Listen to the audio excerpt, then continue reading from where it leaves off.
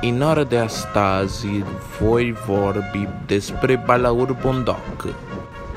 Ei bine, această specie nu este foarte completar în registru fosil, așa că nu există nicio modalitate de a dezbate în senclad sau familie să fie plasată, dar vai vorbi oricum.